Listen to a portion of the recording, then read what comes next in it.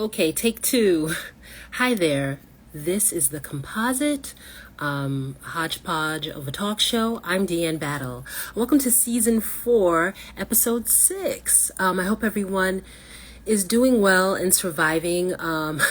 If you are in the United States, especially like I know my friend is in Texas or the Northeast, or I mean anywhere really. It is super hot, so please be careful. Please take care of yourselves. Try to drink all the water because this heat is really just exhausting. Pardon the sweating. I wanted to turn the air conditioner off just so I could communicate clearly with the stuff that I wanted to talk about today. So today we're going to try to have a little fun. But I wanted to open with a debrief and just continue to thank Jasmine and McMullen for joining me. I think that the discussion went really well, really exceeded my wildest dreams. I think what I learned from that is I have to like shut up more. But I was just so excited that she was willing to speak with me. And so, and everything that she was talking about, so much of it, most of it just really resonated with me so much. And so, thanks to her again for willing to join us on the show. And this is also just a kind of a call, if you will. I did put a call out, I believe, last season for interviews, but no one really bit. But now that people are seeing that, like, I'm not terrible at it, hopefully that will encourage some people to join us further. But yeah, we'll just continue to, talk about culture, talk about politics and geopolitical stuff to a certain degree. Not as much, as I mentioned a few episodes. I just don't feel that I'm contributing as well in those categories, even though I do, care about global issues and current events. So I'm still trying to figure out a way forward with that. I think what I'll do is just, share the sources that I'm looking at and maybe pose questions as opposed to like make definitive statements. Hopefully that'll be helpful. But yeah, the show is still evolving, and hopefully we'll begin to get more traction and, come across more eyes. So that's what we want to aim for. And thank you so much to Jasmine for sharing her wonderful work and, moving us in that right direction. So that's what I wanted to say first up. Now, I just was having a little bit of issues with my Wi-Fi when I tried to start the broadcast. So hopefully we don't, lose this episode. Hopefully we don't run into any issues. So knock on wood. And, yeah. Anything else that I wanted to make an announcement about? Only other thing I'll say is that tomorrow we'll be live at 5 as well. Now that my schedule is changed, the semester is almost over. I think 5 p.m. is a reasonable time for probably most of the summer, if not all of the summer. And so that's what I'll do is just over the weekends, I'll just decide if, I always said like 2 or 3 times a week, and we've pretty much kept to that. So, that part of it is not broken, so we won't fix it. But 5 p.m. tomorrow. And I think tomorrow probably will be more politically / economically focused. But, one thing I will say is in relationship to the heat, that unfortunately there are people that are losing their lives now because of that. I'm hearing about prisoners, inmates that don't have access to air conditioning, and, just folks with pre-existing conditions and stuff like that. And I mean, summer just started last Thursday, so it's less than a week, and it's just already brutally hot. We really have to reckon with the ways we've botched our stewardship of this planet and how corrosive our influence has been. And, I'm not sure what consensus we can create or things that we can do to try to rectify that. But I mean, it's very clear to me we're out of time. We're out of time. We need drastic, immediate change. Because, I mean, if it's the first week of summer and it's already this hot, I can't imagine what next month or August, like what that's going to look like. And apologies, but it's a scorcher. All right. Now, like I said, I wanted this to be mostly fun. I had a conversation with a friend last night, and we were talking about House of the Dragon, right? Now, one thing that I asked her that I wanted to pose as a question to the larger collective. Now, my caveat is I have not finished the original Game of Thrones series. I bought it. Like, I bought, at that time, all of the books that were out. So it was like a set of 4, I believe, 3 or 4. But for me, I ran into the same issue that I ran into when I was trying to finish the Walking Dead series. Even though, like, the Walking Dead series, I think I only have, like, 12 comics left.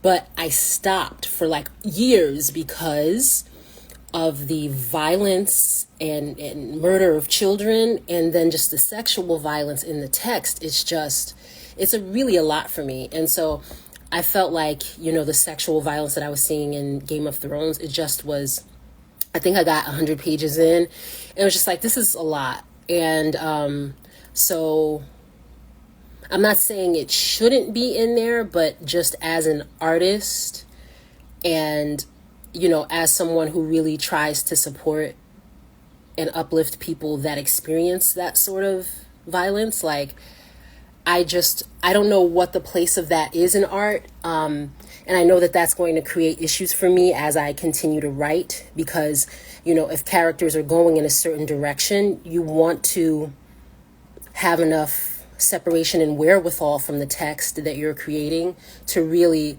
allow the story to unravel, to reveal itself in a plausible way. So unfortunately, the world we live in, that there are scenarios where rape and molestation and things like that are plausible, but just as a reader and as a writer, there's something about seeing it written out on the page that's especially difficult, and it's hard to express what that is, but it feels a little too immediate and too real. And so I'm mentioning this because I know that, I don't know the lore that well. You know what I mean? I was a fan of the original series. I watched, every episode.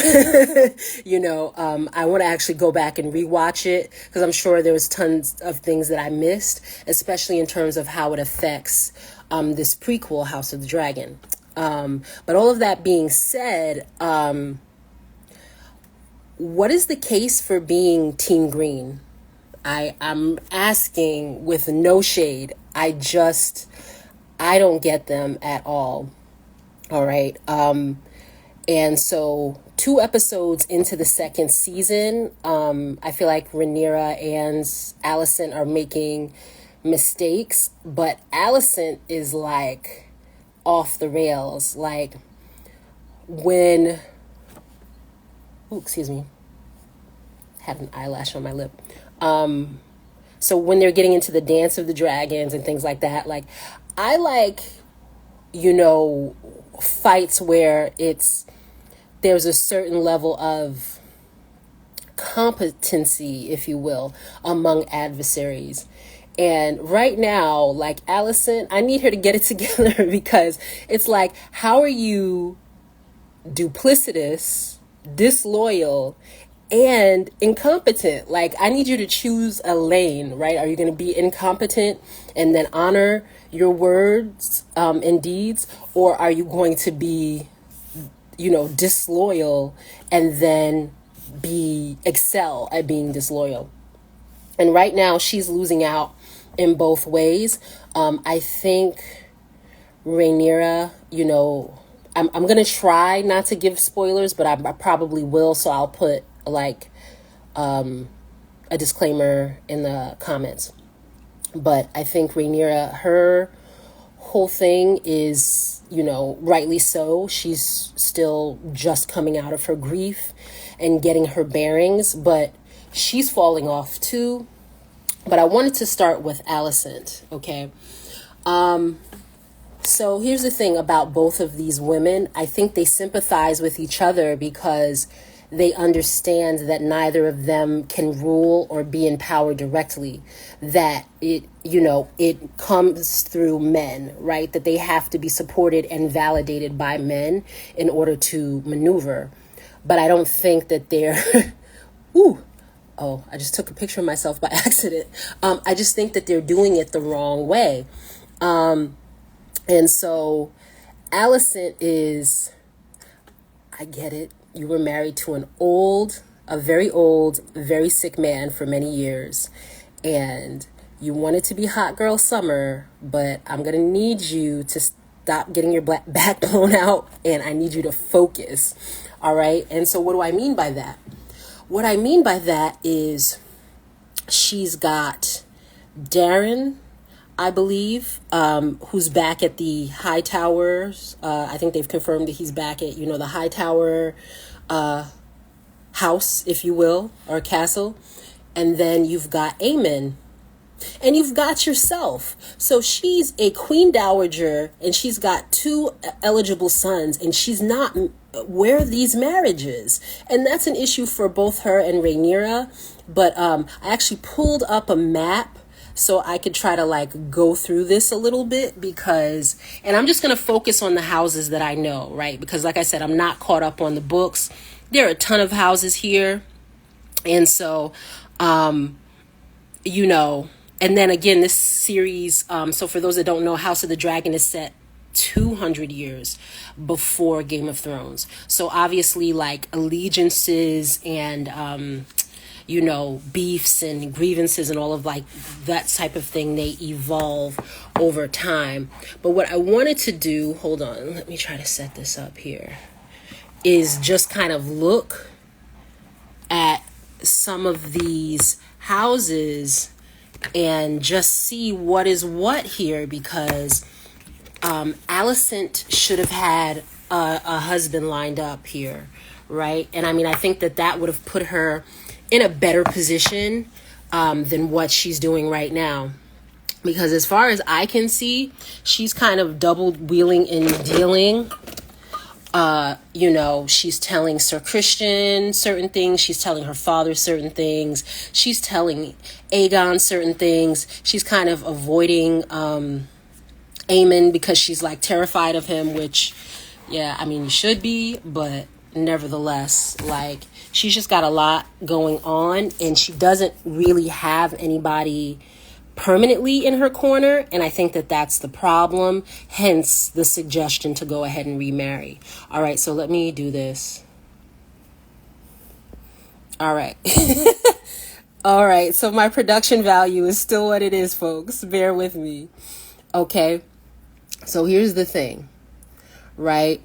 Now, if you're Alicent, right, if she was on the market to remarry, and again, say this one more time, if it's already in the books, God bless. I'm just going off of the show. All right. So in my estimation, Alicent, she needs a fleet here, right? So who should she marry? Now, where are the Greyjoys? Listen, are the Greyjoys the best option? Yeah, probably not. But here's the thing.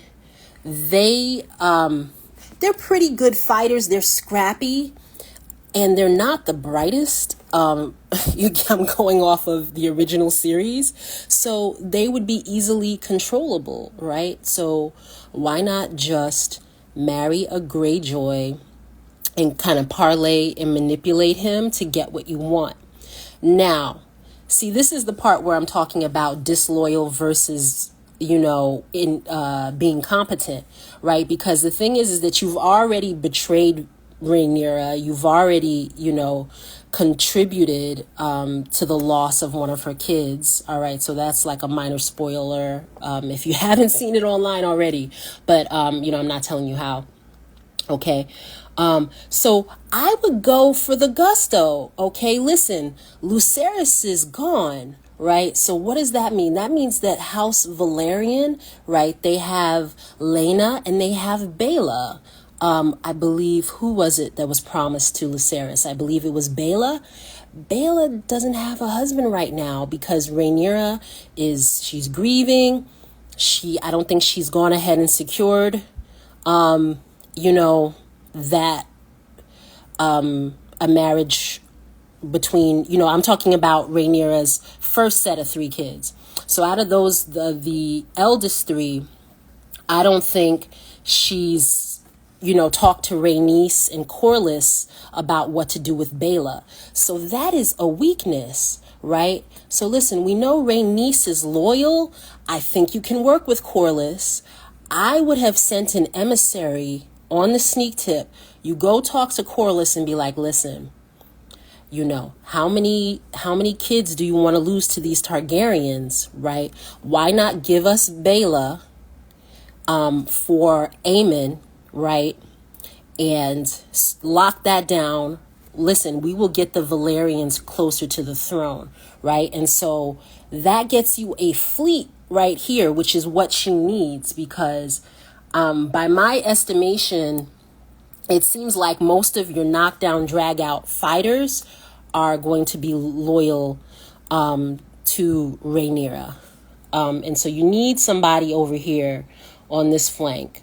Like I said, that's just if you just want to be all out dirty, and it is disrespectful, but hey, you might as well go for it.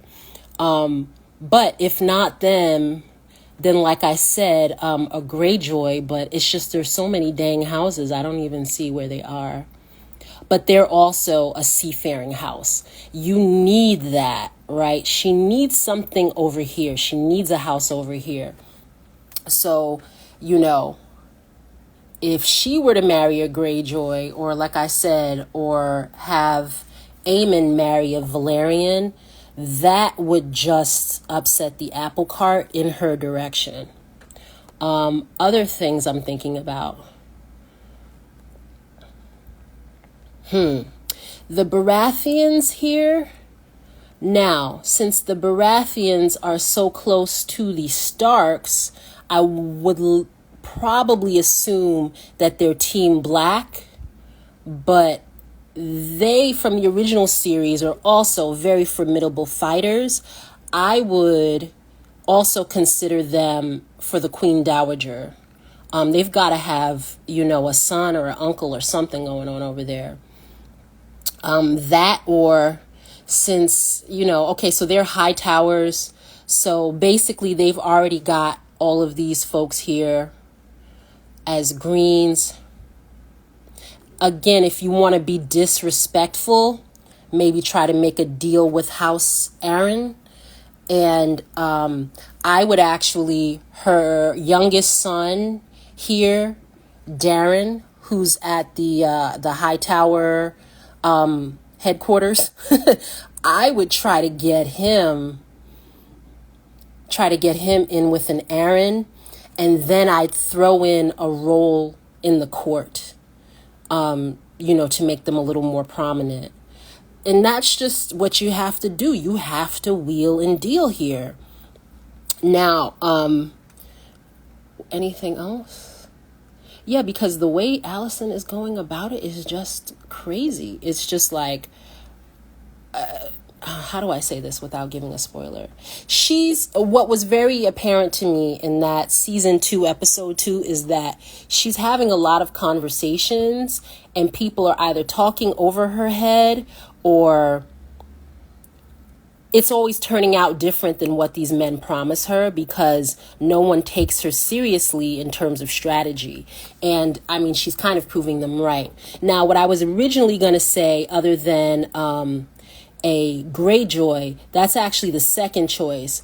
Her best bet would have been as Queen Dowager to immediately, okay, here are the Greyjoys here, right? So they're flanked on this other side here, but yes, they are a seafaring house. She needs a naval fleet. She does not have dragons the way that Rhaenyra has dragons, and that's going to mess her up in the game. So yeah, a Greyjoy as a second choice, but her first choice is a Lannister, right? Because everybody knows that's where the bread is, right? So if you, as Queen Dowager, if you marry a Lannister, then that mimics and parallels what happened in the original Game of Thrones series, which is you marry the Lannisters to keep the bread in and hire a bunch of mercenaries. And I mean, mercenaries, that's always, a quick way to, unleash wrath. Anywho, let's see what else we have going on here. All right, well, we can move off of Alicent and move on to Rhaenyra. So let me turn it around. All right, Rhaenyra has even more of an advantage, right? Because again, she has like these dragon eggs on lock, right? So, it seems like from the promos, they're going to do something with that. And, the official carnage of war starts season 2, episode 3. But she got all them kids, right? So RIP to Lucerys, but listen, she has 5 other sons. Those marriages need to be promised and happening. Even the young 3 with Daemon, she needs to be like, listen, I know so-and-so is like 3 or 4, but all right, boom, here is the plan, and just get their word secured at least. All right, so we're going to start up here, right? Because, again, the North is, if you look at this map in total, right, if we treat these as nations, the North is basically one block. You get the Starks, you're good. Now, it looks like that they're going to be loyal.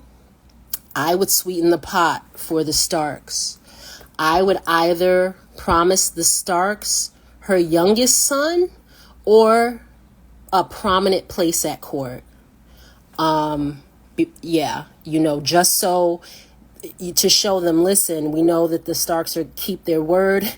And if you're familiar with the original series, generally to their detriment, if we're honest. But we know Starks keep their word. But listen, respect, here's a little something extra for you. Okay, just a sec.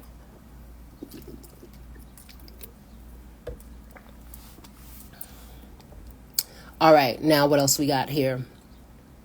So that's that. Other stuff. Yeah, this is kind of struggling, y'all. Sorry. Okay.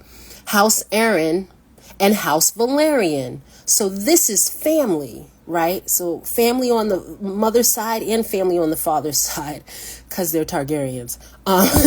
So House Aaron promised them the second youngest son, right? So just, again, like family is family. Just say, listen, we're circling our wagons. Let's bring some more of you down to King's Landing. Let's make this happen. Let's get this on and popping. But again, does she have as much to worry about with the Starks and the Aarons? No. But in the throes of war, yeah, people can get a little squirrely, right? So there's that. Valerian. Why is Baela still single? That betrothal should have happened. I mean, no disrespect. That should have happened like 2 days after Lucerys, RIP. But anywho, sorry for the spoilers. But that should have been secured. Now, to be fair, maybe they'll address it in the next episode. But I didn't see too much to indicate that her niece is still locked in here. And real talk, right? Now, let's say if she doesn't want to, if she feels like, well, like, damn, if I can't rely on the Valerians, like, who can I rely on? So let's say she doesn't want to Rhaenyra doesn't want to give them anything per se. Then listen, Rhaenys needs to become Hand of the Queen. All right? And if that's too, female forward, Corlys needs to be Hand of the Queen. She needs the Valerians. She needs to pull them way closer than they are right now. All right, now let's go down here. We've got the Tarths, the Baratheons, the Hightowers, the Tyrells. I'm just thinking of families I'm familiar with. Now, if I was Rhaenyra, I would get disrespectful all up in here, right? House Tyrell is green.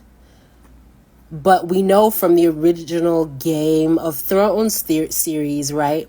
We know that the Tyrells are very power hungry. There's a deal to be made with the Tyrells. Okay? So again, you send an emissary on the sneak tip and be like, listen. Now the Tyrells would have to, it wouldn't, one of the three she has with Daemon, I don't think that would be as appealing, to be honest, because if we're honest, she loves her first set of kids more. I mean, sorry, she's like her dad, Viserys. Like that first set of kids, she loves those boys so much.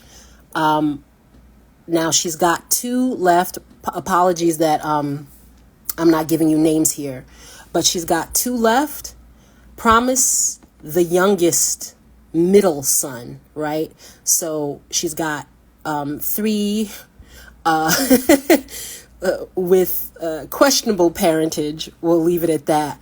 But they know her love as a mother is strong. I think if she were to promise a Tyrell again, more prominence in her administration, so to speak, and then that youngest dark-haired boy, I think that they'd consider it. It might be a little bit too much to peel them off, but it would put the High Towers on notice that they were in play. Now, here's the thing. The Lannisters, they've got the coin. I think it would be harder to get them on board if you're Rhaenyra. So why do I say that? Because Alicent's Aegon is already on the throne, right? Lannisters are very much show and prove. They're like, yeah, we'll pay for shit, but we've got to see immediately what we're paying for. So, should I say it? I think the only way to get a Lannister on board, if you're Rhaenyra Targaryen, would be to find a way to get rid of Daemon. She'd have to marry into that. Yeah. Now, again, that's if you want to play super, super dirty. I don't think Alicent or Rhaenyra are there yet, but hey, all stuff is on the table. If I were Rhaenyra, I would really consider that. Let me flip this out. Because Daemon's already gone off the rails. You can't save him. And I mean, we know that he doesn't have the discipline to lead, which is why Viserys skipped over him and went to Rhaenyra in the first place. Daemon at this point should have a security detail of spies. There's 1 spy at King's Landing that reports into you, and then 2 spies in strategic places to kind of try to follow him, see what he's up to without alerting him to their presence so they can get information back to her. But Rhaenyra needs to be offloading Daemon. That whole thing is not gonna work. He's too much of a loose cannon.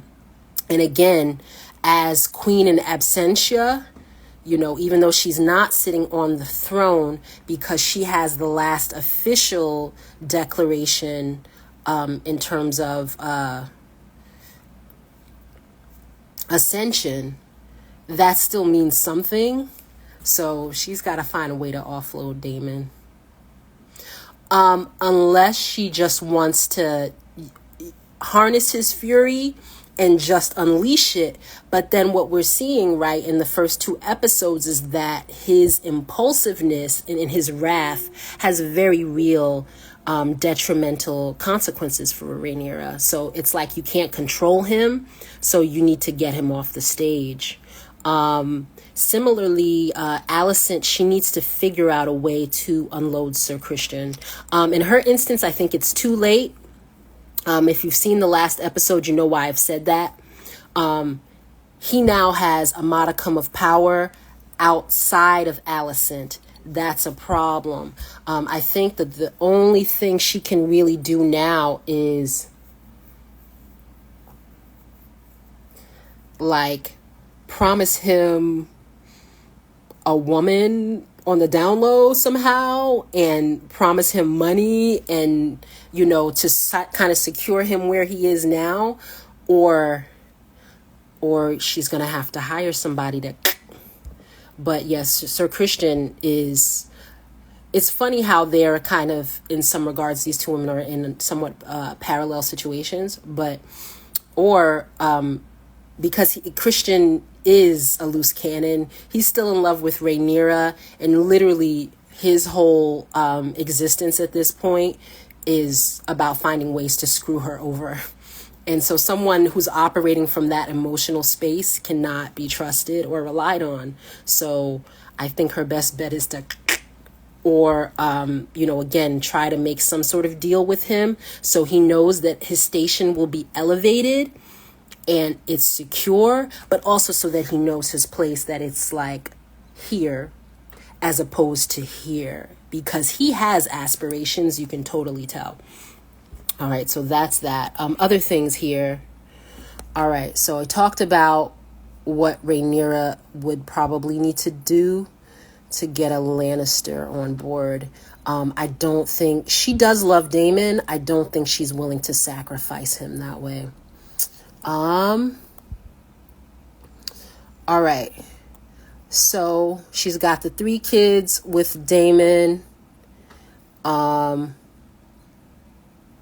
One of them should definitely be promised to House Aaron. And then let me look a little bit lower over here. Like I said, her youngest dark-haired boy, could possibly peel off the Tyrells. That would be foul though, but hey. Other stuff here. Who's down here in Orange? I'm not familiar with most of these houses in Orange. Oh, the Martells. The Martells, that gets you the Mediterranean / Summer Isle folks. I remember from the original series that they were good fighters, right? So if you've got the youngest one, we're talking about her set with Daemon. If you have one of those boys promised off to the House of Aaron, maybe make a deal with the Martells or the Baratheons.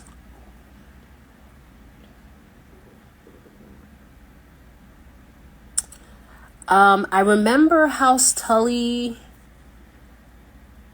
being, because Catelyn Stark is a Tully from the original series. The Tullys are loyal, but I don't really know the advantage of them as a house. Hold on a second, let me find them. I just saw it and I lost it. Okay, here they are, House Tully. I remember the Tullys being loyal, but I don't remember how useful they are or not. All right, so if you've got one kid with an Aaron, one kid with a Baratheon or a Martell, then you need some more coverage in here. And again, a lot of these people already might be Team Black or are definitely Team Black, but the issue is unfortunately they're women, right?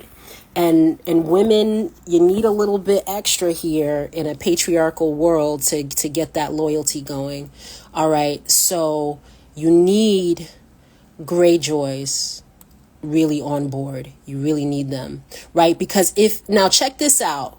If you're Rhaenyra, you've got Valyrian fleets here, Greyjoy fleets here, and dragons. Yo, that's amazing, right? So House Greyjoy, I would even say, like, if that her second dark-haired son, I can't remember any of these kids' names. The second dark-haired son, if you're not gonna put him with Bela, because I wasn't sure if Lena and Bela, I don't remember from last season, were promised to her two eldest. So if they were promised to the two eldest, then Bela would still be in play. But let's say that that wasn't the case, that they only had one marriage or engagement secured from those first two sons. Then what I would say that she needs to do is that she either needs to, like I said earlier, make sure that that youngest son, not the youngest son, but the middle dark-haired son. So her first set of kids, those three, that middle son that she sent to the Starks, he either needs to be betrothed to Bela or get him over here, get him with a Greyjoy. All right. Because it's just, something that was talked about with the first Game of Thrones series, but just underestimated in my opinion is, the ways in which Theon, right, how big of a betrayal that was. And I think it just was made easier by the fact that, although he was raised as a Stark, he wasn't ever really promised anything. So if you promise the Greyjoys, listen, if you guys fight to get my throne back, you've got my middle dark-haired son, I think that would definitely help to change the game. I'm going to wrap this up in a couple of minutes here. Again, Rhaenyra's got 5 sons. That's powerful. Get these marriages going and promised. And it's not like I agree with it from a 2024 Deanne in real life standpoint. But I do agree in this world here of Game of Thrones. Any other houses that I was thinking about? There are so many. I'm just focusing on the ones that I remember from the original series. Yeah,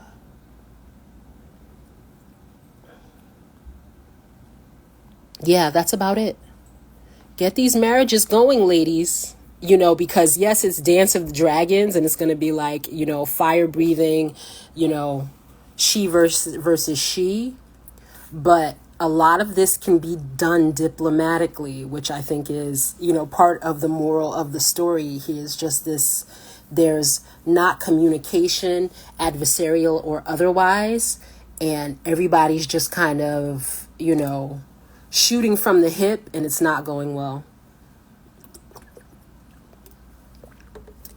But I enjoy the intrigue of this first couple of seasons, because as Game of Thrones, the original series ended, season 7 and 8, I think, just totally lost sight of all of that. And to me, that has always been where the George R.R. Martin text, where it excels, the ways in which he is able to use political intrigue and military science to, make all of these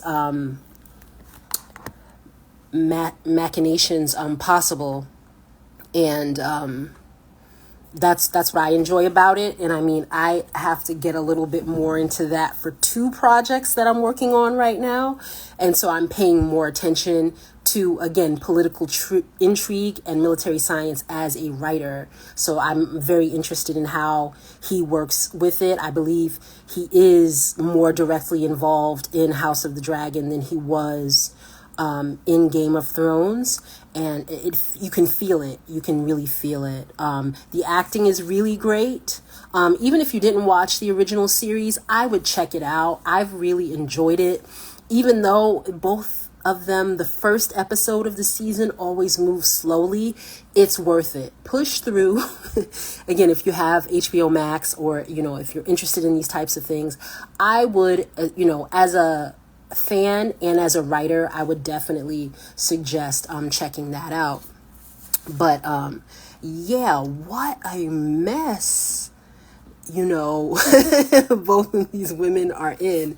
And so again, my original question was, what is the case for being Team Green? I still want responses on that, because Team Green they're struggling right now in terms of, again, they're blaming Rhaenyra for, if you're caught up, what they're blaming Rhaenyra for. But Aegon screwed it up. He screwed it up. So it's not really going to have that much leverage. I'm super curious to see how the next episode is going to go. Oh, and I really want to give whoever at HBO or whoever a shout out. The dragons look sick. The dragons look so good. Because there were just a couple of moments, more than a couple. Season 8, Game of Thrones, where the White Walkers and the dragons weren't hitting like that. Like, let's just be honest. But this is well done. So bravo to that. I'm enjoying it. And now that the semester's over, I have enough time to invest in thinking about it. So it's very fascinating. Like some of these houses, the phrase. Yeah. Okay, yeah, you need them. Right? Because wasn't that the family, the Red Wedding family? Yikes. That was brutal. Yeah, you need them on board too. But again, if you have the Starks, you should technically, I think, get them. But yeah, you never know. Maybe promise them one of the kids with Daemon. Make that happen. Rhaenyra. All right. God bless. Okay, so I think that'll be it for today. I wanted to do something a little bit fun, but per the traditions that I've started, I do want to end with a couple of poems here. So let's see, who are the poets of the day? I had it already pulled up, so I was ready here. All right, so from the Poetry Foundation, we've got a classic here from Edna St. Vincent Millay.